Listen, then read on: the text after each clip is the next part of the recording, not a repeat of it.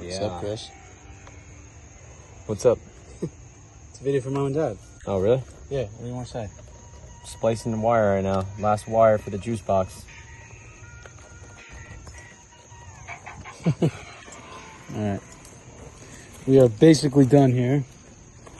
This was a mega run. Mega run. We go all the way here. Under the deck. As you can see, we had to climb under here. That was already opened. Just imagine it goes all the way through. And as we get all the way around, we get to right here. We did some little fittings. Clark, you know, see how it kind of goes in, you know? Took some 45s, made a seam right here, put some seal there.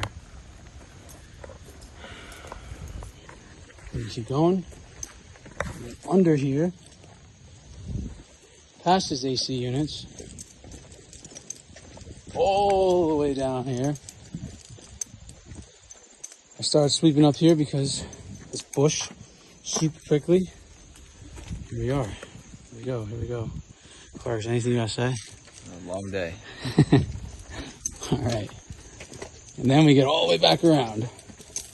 And here we are. Power's not on yet because Chris is obviously working. And then this guy.